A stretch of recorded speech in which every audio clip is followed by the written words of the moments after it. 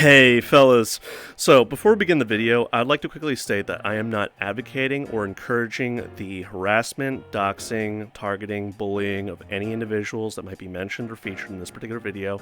Remember, this is an opinion piece of my particular commentary on the subject matter that we will be discussing today, however controversial as it may be. So, with that all stated, let's go ahead and continue the video.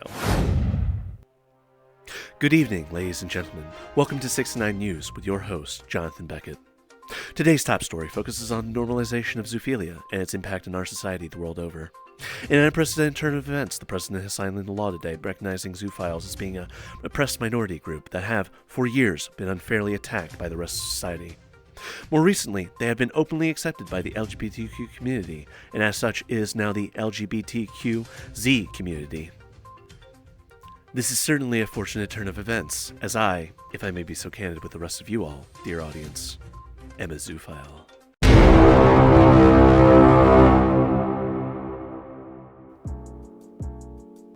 Huh? Oh man, that was some dream. What day is it even? Well, you know what? I don't really feel like doing a damn thing today. Might as well go see what's going on Twitter. Huh. What? Aw, you gotta be kidding me. Are you fucking serious? Aw, hell nah! Wait, what? Oh shit. Woo! Ding dong, the bitch is dead, the wicked witch, the bad old bitch. Wow, I'm just gaze-mazed right now. Twitter actually got off its fat lazy ass and banned somebody that actually deserved it. You know what? Maybe today's not going to be such a bad day after all. Fuck it. Let's go play some Dark Souls 3. Oh. He's gonna try and carry you. My fight money! Yeah, you're so cool killing those low-level characters.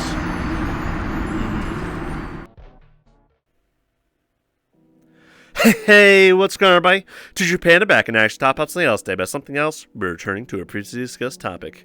But yeah, I just can't believe it's already time for Christmas. Can you? I mean, time really fucking flies, don't it? Hopefully you all went out and you got a little something extra nice for all your family and friends. But if you didn't get anything for anybody at all, then at the very least, I hope you got something extra nice for yourself. Because, you know what? Honestly, I think you deserve it. All this to say that if I don't hear from you guys between now to Christmas Day, then I'd just like to take a moment right now to cordially wish you all a Merry Christmas from the bottom of my heart. And if you don't celebrate Christmas, then Happy Hanukkah, Happy Kwanzaa, the whole 9 yards. Doesn't really pertain to the topic of this particular video, but I feel like it needs to be said because, you know, we're getting pretty close to the wire here. Anyway, I'm sure you all read the title of the video, and I'm sure you already watched the intro, so there's not a whole lot more I could sort of say or do to raise the anticipation in upping the ante as far as what we're going to be talking about here today. So I'm just going to go ahead and say it. Hypnotist Sappho was suspended from Twitter. That's right. And if you're wondering if that's like the only thing I'm going to be talking about here today, hell no. There is so much fucking shit to talk about with Hypnotist Sappho, but as far as new developments from the last video, because, you know, I already stated I don't really like making videos like over and over and over again about the same topic, subject, or person, or event, or what have you, but I feel like in Hypnotist Sappho's case, I'm willing to make an exception here for the simple fact that she's an openly admitted zoophile. And it gets a little worse than that. How can you get worse than a zoophile? Well, stick around and I'll tell you. But as far as why I'm making this video, it was sort of a compilation of things. But if you don't know who Hypnotist Sappho is, and you haven't really been keeping up, you know, with internet, drama, e-news, what have you, then I'm going to go ahead and give you a complimentary recap, because I already talked about Hypnotist Sappho to great length over the course of 3 prior videos, which if you haven't watched those videos yet, I would highly recommend that you do so, because it's going to really shed light as to her mode of character, and sort of paint a clear picture in your mind as to who Hypnotist Sappho is, what she's all about, and why the internet at large is so pissed off with her right now. Actually, they've been pissed off with her for at least a couple months now, but people are still sort of just finding out about her. In fact, like, I had a British friend, like, you know, he he messaged me out of the blue and was just like, yo, I just found out about this today. And I was like, yeah, it's bad. But as far as a complimentary recap before we continue, who is Hypnotist Sappho? What is she all about? Why is the internet community so angry with her? Well, Hypnotist Sappho, for those of you uninitiated, is a small-time YouTuber. They sort of made a lot of content that was more geared towards hypnotherapy sessions, or what she calls hypnotherapy sessions. And they were all filmed on a social platform known as VRChat. So she was utilizing VRChat as the visual medium by which she could sort of interact with other people. And everything seemed fairly innocuous until she made the coming out video. The coming out video was basically her spending 30 minutes of our time, in trying to tell us why that she was just coming out as a zoophile. The news allegedly would have come out anyway if she didn't make that video, so don't think it was genuine as far as what she said. She tried to say that it was because she wanted to make a video to sort of take away any ammunition for anybody to get a gotcha moment, but no, plenty of people out there were willing to talk about this before she made that video. So the news was going to break light of day at some point anyway. She just figured she'd beat them to the punch. And from there, it sort of took a nosedive as far as where this is all going. It sort of came out as to her activities, for quite some time now, that she'd been actively grooming minors, and that she had sort of attained a following of people, whether by her hypnotherapy sessions or because she was part of the zoophile community. Zoophilia, for those of you that are not in the know, it's basically engaging in the act of sex with animals. So if you're a zoophile, you're somebody that's actively engaging in zoophilia. Yeah. They use the Zeta symbol, which, in a worrying trend, a lot of younger audiences on on Twitter have been adopting the Zeta symbol at the end of their name, to show solidarity with the zoophile community, which is the least bit, concerning. The least bit, alarming to see so many young people starting to move in this trend. But at the same time, it seems that there's individuals out there like Hypnotist Sappho and Becca Husky and various other people that I will not mention as of yet that have been openly sort of trying to normalize zoophilia by grooming minors into accepting it or being tolerant of it or having sort of a lurid fascination with it themselves.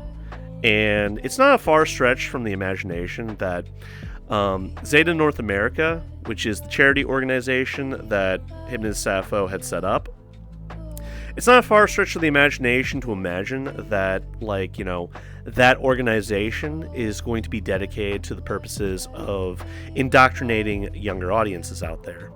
Oh, I'm sorry. Educational material, as Hypnotist Sappho likes to say. But if the educational material is being dispensed, who's going to be the active consumer of said material? Because based on her behavior and how open some of these zoophiles have been on Twitter, as far as just talking to anybody and everybody of whatever age group, is it not the least bit suspicious to you that they're openly advocating for talking to minors? Just hell, even Becca Husky. What got me to notice her is that she's just hey, if any minors out there need somebody to talk to, I'm available. I want to offer you a safe space where you can be free and explore yourself.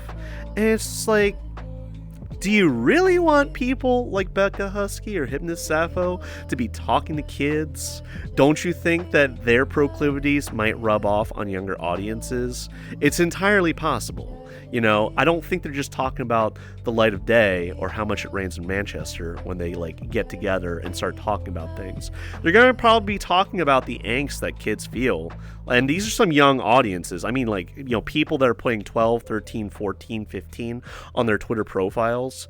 These are young kids, okay? They should not be exploring that avenue of sexuality ever. You shouldn't have sex with Fido because you're feeling those urges, you know what I'm saying? But, nah, as far as what Hypnotist Sappho has been doing on Twitter, she's been fighting the good fight. All right, I cannot impress upon you that fact hard enough, that she has been fighting the good fight, standing strong against antis and haters and trolls that are trying to keep a legitimate sexuality that has been personified as a movement down. At least, that's the narrative that she wants to paint in her delusional fantasy world. Because what's really been happening is that she's been openly castigating and antagonizing various people out there, and when people have their sensibilities offended, they decide to drop her a line and say they would like to express their disgust, their extreme displeasure at having to share a platform like Twitter with her, and their extreme, prejudice as far as everything she stands for. And, Hypnotist Sappho takes it in stride. Gone are the days where she had a dignified response for everybody. Now it's like, you need to accept me for who I am because you all are just anti-zoos. You're trying to keep us from expressing our actual heartfelt sexuality, and in the future, you're going to be worse than the KKK. And it's like, okay, like you and I right now. You and I watching this video. We are like as bad, if not slightly worse than the KKK for like not accepting zoophilia in our community. Or I should say the collective community of the World Wide Web. It depends on how you look at it, but how I look at it is like, she's just basically being very prolific, sort of life in the limelight, just all eyes on her, in the spotlight. Everybody's taking notice of her, everybody is hating on her. And, I can't imagine that the zoophilia community, the zoophile community, I can't imagine that they're happy that she's here. Because she's drawing a lot of negative attention on her in fighting the good fight, alright? Which is basically tantamount to being a keyboard warrior or a Twitter warrior. But, hey, far be it for me to judge, right? I'm just a panda online. So, here's the thing. If you're wondering how I found out about the suspension, it was Saturday morning. Tujo, your boy Tujo, had just been waking up. He was wiping the sleep from his eyes. He was contemplating making a cup of joe, something to really jumpstart my day so I could actually face the day and do something worth a damn. And then I looked on Twitter, because I didn't want to crawl out the covers. It was really cold out. It's getting really cold out. I wanted to stay under the covers, remain warm for at least 10 more minutes, then crawl out, go to the bathroom, do what I gotta do, and get started. But no, I decided I would peruse Twitter. I've been actively monitoring Hypnotist Sappho for a while now, and there's a lot of things I could have talked about before this video, but I figure ever since that event happened, I felt like I was obligated to make a video acknowledging this as something that happened. But no, I found out that Hypnotist Sappho was suspended. It happened an hour before I had even gotten up, and I looked at my, Hypnotist Sappho's Twitter profile, and I couldn't retrieve the messages. It didn't display account suspended yet. It was just that weird lock state where you can't see their Twitter replies, you can't see anything like what they've been tweeting for the past hour. All you can see is their profile itself, and it was giving me an error message sort of in the top left-hand corner. So that told me everything I needed to know. Damn, that felt good. That bitch was worth it. She got suspended, yeeted off the platform. Twitter, as far as the administration must have looked at her profile and was just no bueno, and kicked her ass out. Hopefully that's how it went down. See, here's the thing. I actually don't know how Hypnotist Sappho got suspended. I don't know if it was a situation where somebody at Twitter actually looked at her profile and her communications and decided that went against the, terms of service of their community, decided to boot her ass out, or if this was a situation where people had mass reported her, it's a temporary suspension, and she's going to be right back. That's what worries me a little bit. Also, I feel like this is a moment of celebration.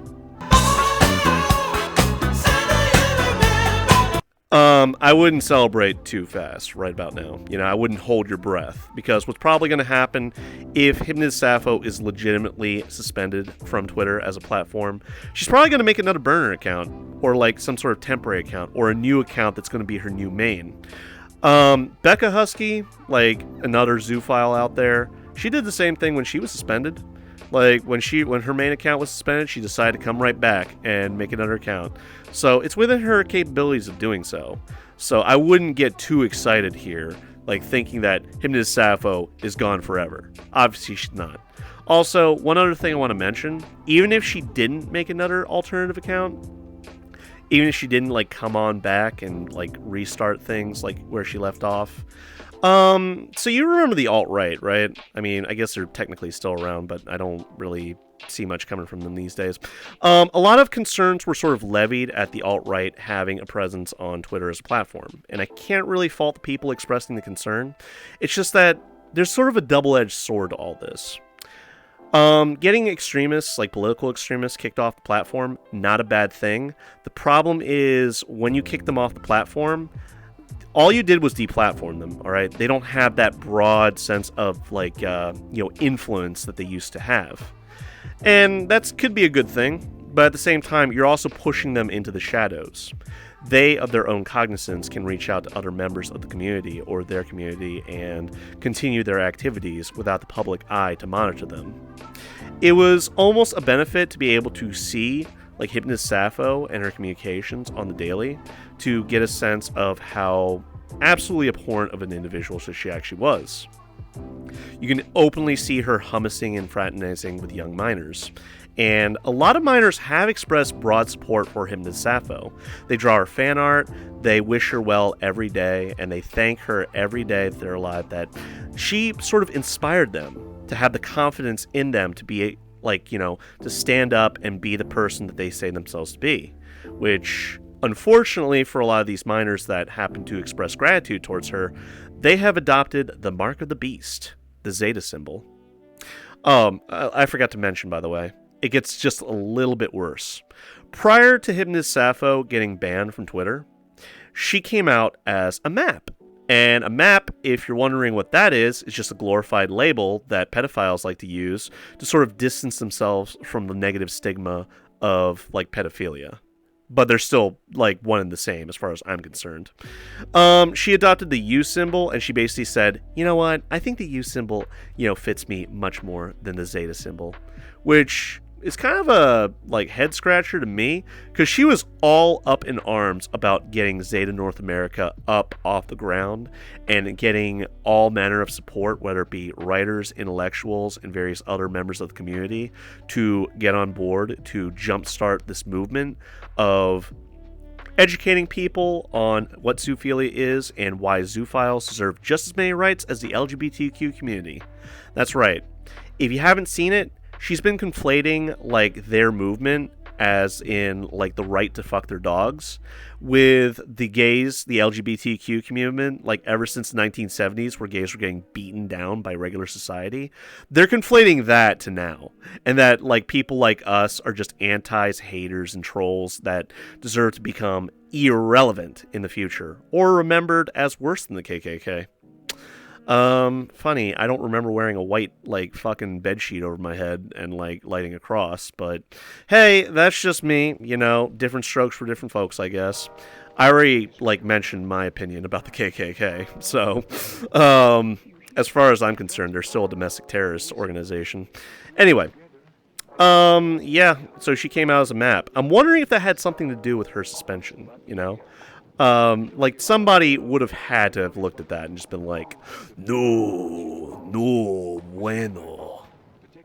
But yeah, it was certainly, like, a surprise to see that, like, the suspension I'm talking about. The maps thing didn't really shock me. It's like, she's sort of, like, expressed a desire to be in a mother-son or mother-daughter relationship. Anybody that's sort of younger by her, like, than her by, like, several years, which, is obviously kind of concerning when you see her posting imagery of pornographic material of adults having sexual encounters with children. But, yeah, like, she did that, and it was fully on display for anybody and everybody that happened to be watching her. Mostly the kids that referred to her graciously as Mama Sappho.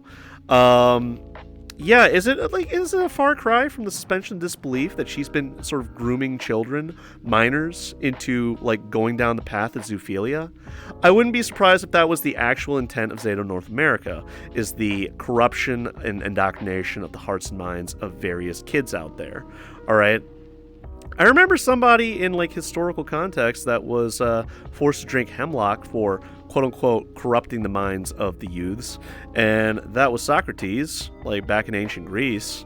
Granted, he wasn't actually guilty of that. Hypnotist Sappho, though, I mean, hey, like, Sappho, apparently that's, like, the first lesbian in literature, at least Greek literature. Like, she was a She was like the first famous quote-unquote lesbian. And it's like the least bit insulting to anybody that for such a prominent like historical figure of literary works, like Hypnotist Sappho would adopt like that name and just put hypnotist like in front of that. Like, come on.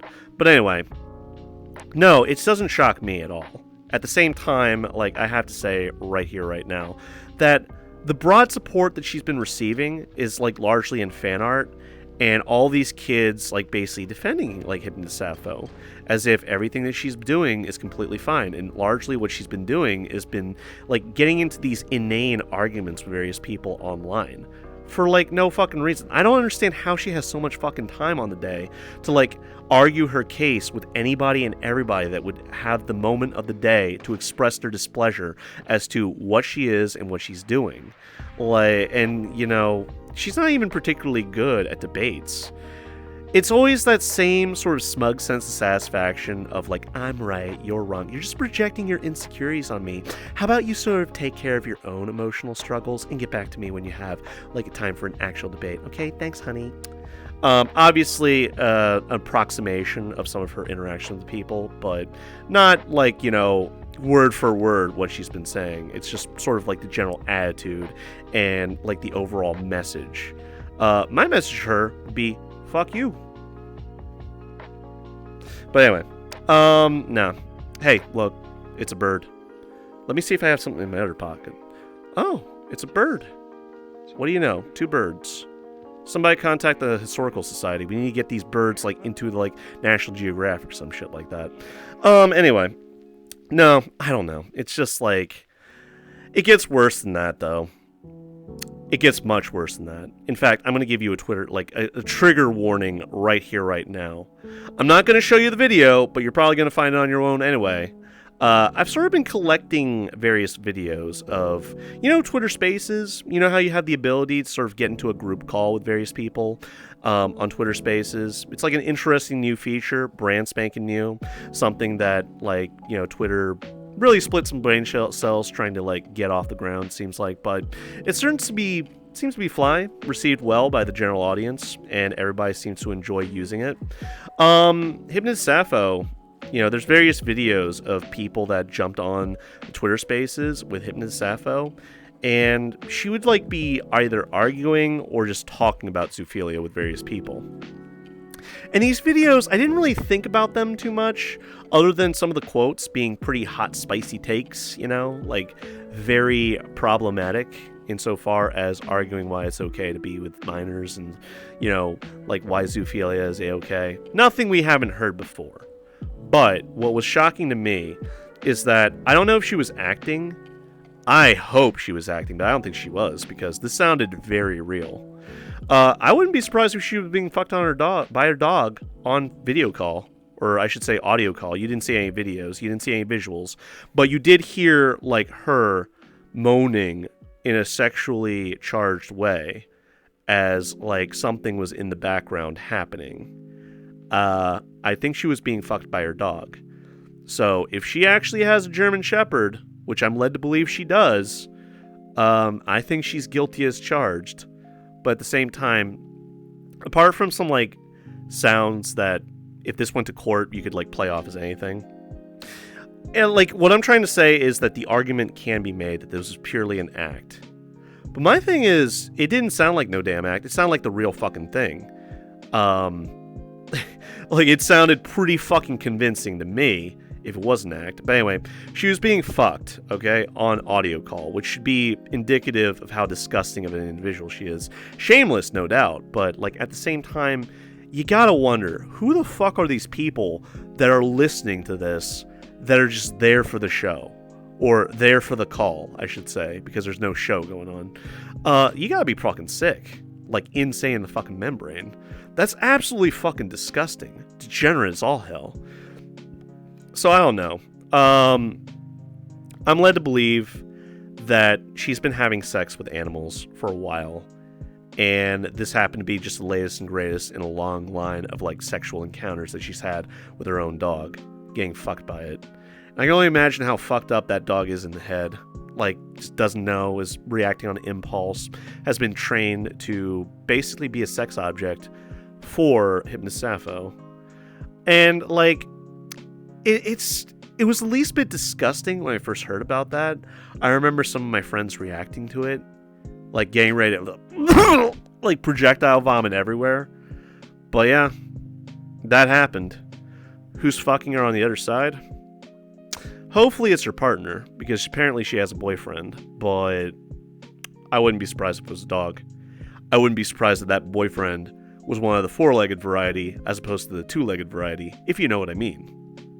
But anyway, no, there's so much material about her out there.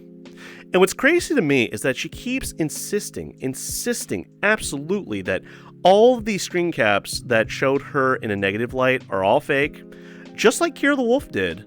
You know, it's like Hypnotist Sappho is a reverse Kira the Wolf, whereas Kira the Wolf was trying to hide the fact that they were a zoophile, or a zoo sadist, I should say, but zoophile all the same.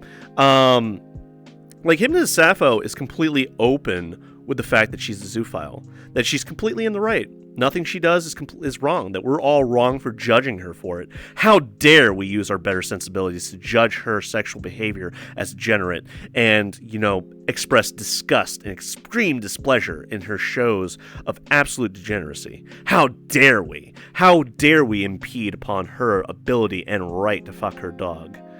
That's just her general attitude in the face of castigation, harassment, and doxing, and various other things out there.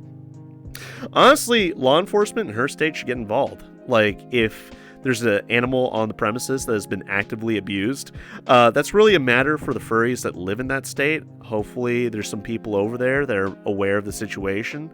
But yeah, like, I don't even know what else to say at this point. I will say that as testament to the fact that minors are, like, becoming increasingly tolerant of, like, zoophilia, there's a podcast that came about a while back called Zootopia. Not Zootopia. It's obviously a play on Zootopia, but instead of zoo, it's Z. I don't know why they did that. I think that they were contemplating calling it Zootopia in the beginning, and they're just like, too on the nose. We don't want to conflate our activities with, you know, Zootopia as a franchise. So we're just going to go ahead and call it Zootopia. And apparently, by their own words, if we can blink them, believe them, wink, wink, nudge, nudge, supposedly it's just a podcast, like, by zoophiles. Like, they're not actually talking about zoophilia or what zoophiles typically talk about in the dark. They're just talking about anything that happens to be, like, relevant and concurrent and sort of, like, going on presently in our current everyday life on the World Wide Web. I don't believe it because I've seen some sort of, like, hints at things that people have recorded when they've, like, released these podcast videos. And I don't know, it just seems sus as fuck, you know? But then again, I felt the same way about Zurier Than Thou, and look where they ended up. They, like, one of their main co-hosts, like, got, like, you know, butt cancer and died. Which, I hate to say it, wasn't a bad thing. The person that died, they lived a fairly chaotic and absolutely destructive life for anybody that got involved with them. So the fact that they died through cancer, I don't feel too bad about that. Like, I don't know. It's just weird. It's like almost like a relief that somebody that was so destructive to the community died. You know, like, it was taken early. Good. I'm glad. Doug Spink was a terrible person, and I hope that there's, like, no more like him, like, from this point onwards, but I know there probably are. Anyway, other than that, no, that's pretty much all I got. I could sit here and, like, talk about how zoophilia is bad till the cows come home, but there's, like, no debate to be had, because every time that, like, you know, up until the point that she was suspended, Hypnotist Sappho would be willing to, like, engage, entertain an intellectual debate. And if you're wondering what the intellectual debate entailed, it's basically like, you know, that smug satisfaction that she's right, you're wrong, and that anything that you're sort of feeling or expressing in regards to her, like, expressing her sexuality is a you problem, not a her problem. I never see, like, tangible arguments about defending why fucking animals is good. In fact, I've seen scholarly articles that say it's incredibly damaging to the animal themselves, psychologically speaking, that to the point where, like, when the animal is eventually rescued and put into a shelter, the animal is basically, like, they're broken to the point that they cannot be homed again. They cannot be adopted again by another family or anything like that because the animal has been conditioned to being a sex object, all right? Also, like, kids, as far as, like, the age of consent, I think 18 is a good number. 18 is the age where you are basically an adult in the face of the world. That's not a bad thing, all right? Like, Hypnotist Sappho didn't see that as serious because it's like, well, you know what? If you're going to go with that, I would say the age of consent should be the age of 25 because that's technically when the brain stops developing, if that's the argument you're trying to use. It's like, okay, you're still developing, but you're sort of like at the sexually mature age. Whether or not you have your affairs straightened out, and in today's society, it's definitely debatable whether you should be having sex and having kids at that point in time, but I digress. It's pretty universal that 18 is sort of like the age of consent, all right? Some states sort of take it a couple years younger or older. No, it's usually younger. 18 is like the oldest. So, like, I guess you have Romeo and Juliet laws. It really depends on the age of the partners. You're not getting, like, a 45-year-old with, like, an 18-year-old or, like, a 16-year-old. You're getting usually, like, an 18-year-old with a 16-year-old, which is less problematic, but certainly can be seen as problematic in some states and locales. Really depends on how you look at it. But, whichever way you slice it, like, you don't have sex with kids because it breaks them, all right? Just as the animal is broken by being, like, raped, effectively. Kids, like, it sort of, like, reshapes their mind. They're still in development. They're not going to be able to, like, they're going to have a very unhealthy sort of sexual, like, sexual, like, mindset as when it comes to sex. And, they're in a position of vulnerability where older people can sort of manipulate them and groom them into a desirable sexual partner. And, like, people don't get that. Pedophiles think that the age of consent should be 13. Sorry I said that, but that's what, like, there's some extreme examples out there. There's less extreme examples. Where you get to the age of ambiguity is sort of 16 to 18. I would think that's, like, fairly ambiguous as far as the law and the sort of, like, the mindset of various people out there are concerned. But, yeah, that's anything and everything. I'm sure there's a lot more that I could be covering right now. But that's pretty much everything as far as what I didn't talk about from the last video to this one. Ending with Hypnotist Sappho being suspended from the platform. Unceremoniously, but hey, I'm certainly thankful for that. Alright, before we go, I would just like to acknowledge a few things I got wrong in my last video. The whole, like, Twitter drama with, like, Hypnotist Sappho using the suicide of a minor, the alleged suicide of a minor, as, like, a political soapbox to get up there and espouse why zoophilia was completely legitimate and why we as the haters need to moderate our behavior because we drove a kid to suicide. Alright, so I'm going to refer to this individual on a first name basis, Julia, or Julia, if you prefer. Julia is apparently a real person, allegedly. At least somebody had commented on my last YouTube video, and they appeared on Twitter, so we can at least correlate a name with an identity, and allegedly they're a real person. They're the minor that allegedly killed suicide. They openly admit that they were thinking about it, but they ended up not doing it for reasons. Hypnotist Sappho apparently was actually former Air Force, not National Guard. I don't know why I said National Guard, because when I was sort of, like, making the last video, like, Air Force was on my mind, but for whatever reason, I sort of, like, at the last minute flip-flopped, and I went to, like, National Guard, because I felt like that was probably a more legitimate, more believable, branch of the military that she was serving under. Nah. Well, if you can believe, Hypnotist Sappho. Hypnotist Sappho, by this point, if you haven't picked up by her communications and everything that's sort of been talked about up to this point, she's a compulsive liar. She will lie and deny about any bad behavior in the past and continue to be engaging in bad behavior today. Obviously, it didn't take no college job to tell you all that, but I figure I might as well say it openly that I have no problem saying that she's a fucking liar. Ain't she the grandmommy of all liars? She tried to say that all of the screen caps and all of the material that I posted in my last video was completely fake, fabricated, and, bullshit. Nah, I'm pretty confident that all of it is legitimate and completely accurate, because it basically matches what you're saying today. The only difference being that you were saying today on Twitter what you were saying on Discord yesterday. Alright, behind closed doors. And people that didn't really appreciate you sort of expressing all this decided to screen cap it, share it with the rest of the world, and say that you were a sick fuck. I don't feel too bad about that, alright? As far as the other thing that I got wrong, I think there was a third thing.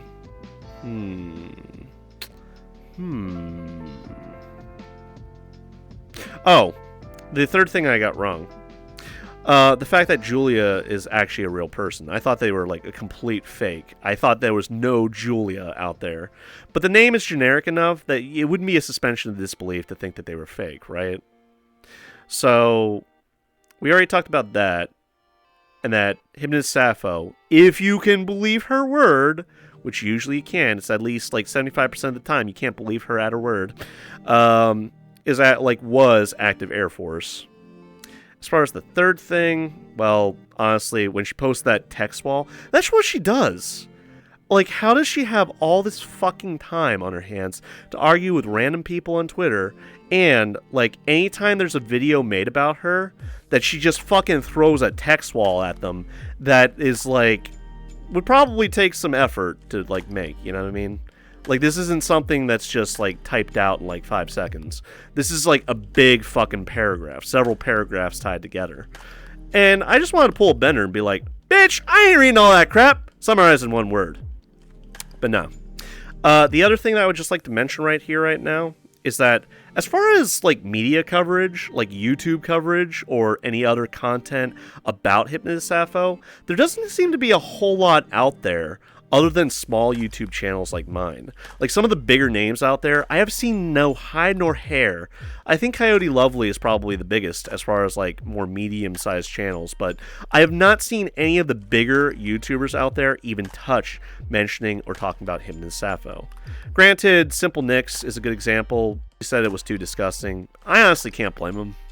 Ever since the Kiro the Wolf debacle, I pretty much am desensitized to a lot of disgusting shit. Yeah, I've seen things that you people wouldn't believe. I've seen furries fuck off the coast of Orion. I mean, anyway. No, no one, as far as big YouTuber out there, has really covered the Hypnotist Sappho situation.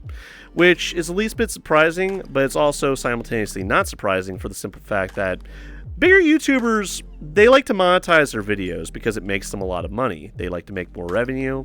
They need to make their videos squeaky clean. And how you make those videos squeaky clean is that you can't talk about the no-no words, like child pornography. I usually use the acronym cheese pizza, or CP, cheese pizza, as a euphemism. Zoophilia, bestiality, pedophilia, all those are considered no-no words that, will chase away ad revenue, all right? Sponsors will not want to see that kind of content in a video that they're going to put an advertisement on. It makes sense to me. At the same time, I do it for the passion, and, I was contemplating setting up a coffee and a Patreon and, maybe just making, busking for cash, but at the same time, we're not quite there yet. The quality's not quite there yet, so when I feel confident to do so. But, here's the thing. I will probably never monetize my videos. I might set up a little donation jar or something like that. But I'm not going to monetize my videos because I want to have free reign to express myself the way I see fit. And you've all noticed, I curse a lot. I mention a lot of words a lot that are not kosher, bestiality, zoophilia, and shit like that.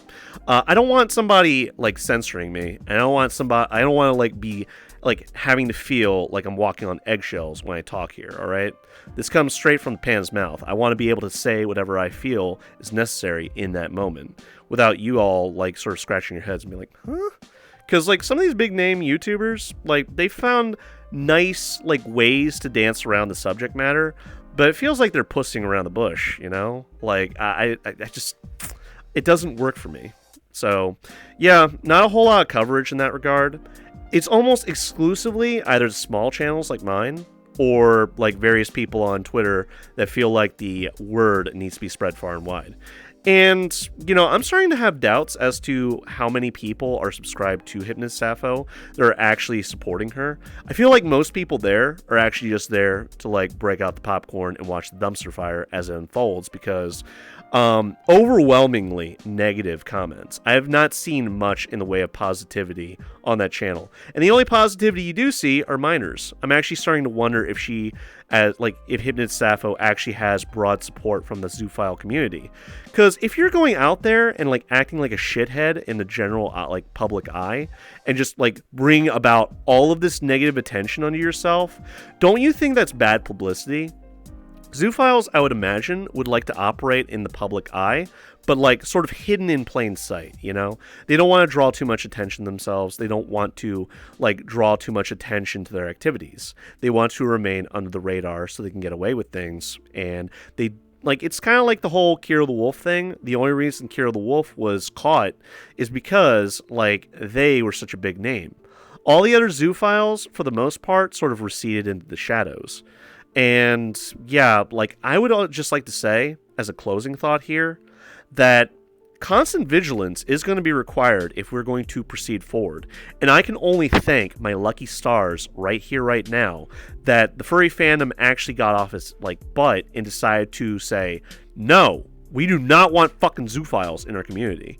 I thought everybody was just going to be like rolling their shoulders and be like, zoophiles, who cares? You know, it's fine. Whatever. Everything's fine. Anything goes, man. You know, different strokes for different folks, man. Go ahead and do what you gotta do. Like, that's what I thought was going to happen. Thankfully, it didn't. The same ire and furor that came about during the Kira the Wolf debacle came about in droves in the face of Hypnotist Sappho. And for that, I am truly thankful. All right? Because apathy, in the face of apathy, like true evil and malevolence can sort of just manifest itself to the point that it becomes normalized. And that's exactly what Hypnotist Sappho wants to do. She wants to get to a point where zoophilia is just going to be consciously tolerated or accepted by the general public so that they can do their activities carte blanche and nobody's going to even bat an eye. It'll be completely legal. Everybody's going to be happy. At least the zoophiles are going to be happy. And that's the least bit disgusting. I mean, think about all those dogs that have been sexually abused, treated, relegated to the status of a sexual object for somebody else's pleasure. That's the least bit disgusting, don't you think?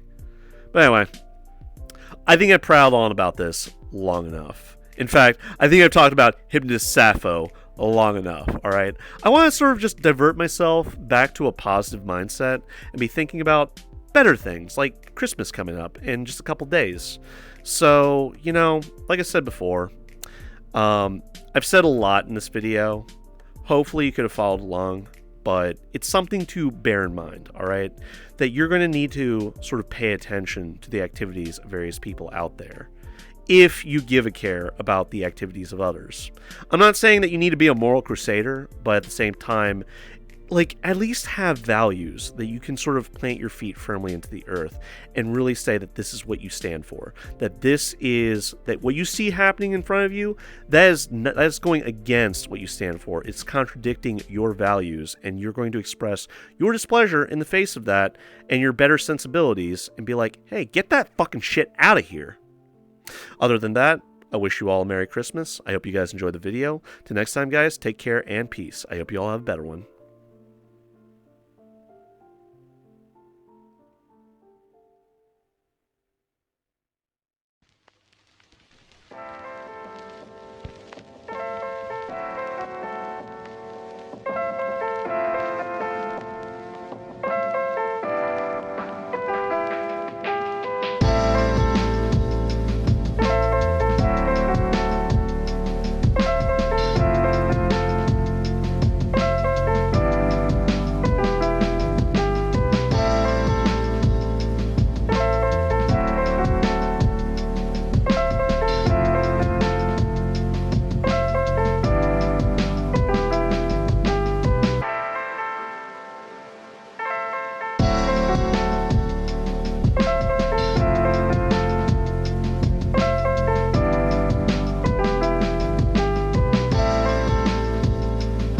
Hey fellas, thanks for watching the video. I hope y'all enjoyed it.